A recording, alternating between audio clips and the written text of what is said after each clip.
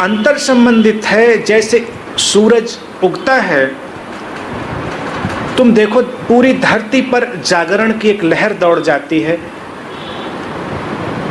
तुम्हारे पास तो घड़ी है, समय नापने के उपाय हैं, तुम उससे जानते हो कि सुबह हो गई है। पशुओं को, पक्षियों को, फूलों को कौन बताता है कि सुबह हो गई है? वो तुमसे ज़्यादा ठीक ढंग से जाग जाते हैं। वो फूल जो सुबह सुबह खिलता है, वो सुबह होने के साथ सूरज की किरण अभी आ रही है, उसकी पदचाप आई है, आहट उसकी अभी सुनाई पड़ी है क्षितिज पर, और उस फूल ने अपनी आंखें खोलनी प्रारंभ कर दी।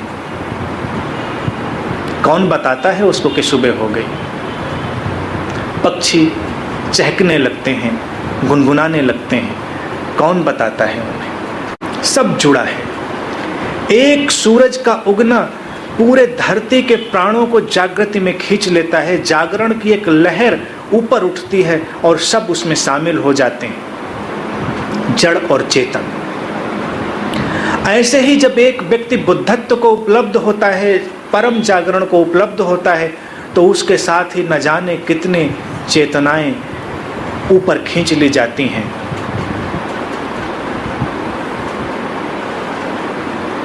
जैसे कुछ लोगों का मानना होता है कि तुम्हारे भ्रम से कोई तुम्हें बाहर नहीं ला सकता, कोई ला भी नहीं सकता, लेकिन एक ऊपर उठती हुई लहर के संपर्क में तुम आ जाओ, तुम्हारे भ्रम ऐसे ही गिर जाते हैं जैसे रेत के घरौंदे। तट पर तुम रेत के घर बनाते हो, उनको गिराने के लिए तुम्हें मेहनत करनी पड़ेगी, लेकिन सागर की एक उठती हुई लहर उन्हें अपने साथ बहा ले जाती है निष्प्रयास। ऐसे ही तुम्हारे भ्रम के, तुम्हारे सपनों के घरौंदे हैं। जब तुम किसी संबुद्ध मित्र की यात्रा में, उसकी अंतर यात्रा में शामिल हो जाते हो, तो उस लहर पर सवार होते ही तुम्हारे भ्रम के घरौंदे निष्प्रयास गिर जाते हैं। अंदर की कोई आँख खुलने लगती है, रोशनी भीतर से बाहर झांकने लगती है, जीवन में प्रकाश घटने लगता है। कुछ कहा नहीं गया, कुछ सुना नहीं गया, और घटना घटने लगी। गौतम बुद्ध ने बुद्धत्व को उपलब्ध किया, परम जागरण का विस्फोट उनके भीतर हुआ, और तुम देखो उन्होंने भी वही बातें कही जो सारे संबुद्ध मित्र कहते आए और कहते रहेंगे, कि किसी उपाय की आवश्यकता नहीं थी, किसी गुरु की भी आवश्यकता नहीं थी, और वो इतने विरोधाभासी व्यक्ति हुए हैं, इसीलिए संबुद्ध मित्रों को प्रिय भी रहे हैं। उनकी सारी उपस्थिति एक गुरु की उपस्थिति है, उनकी सारी देशना जागरण की है, और ध्यान की विधियां भी सारी जागरण की हैं। और उस समय तुम देखो एक घटना घटी कि बिहार की छोटी सी जगह पर एक साथ करीब 11-12 लोग बुद्धत्व को उपलब्ध हो गए, ठीक उसी कालखंड में। और न जाने कितने लोग यात्रा पर निकल गए, न जाने कितने लोगों की यात्रा आगे बढ़ गई, न जाने कितने लोगों के भीतर म्यूटेशन, रूपांतरण प्रारंभ हो गया। क्यों? क्योंकि उस लहर ने जो ऊपर उठ रही थी, बाकी लहरों को भी खींचा साथ।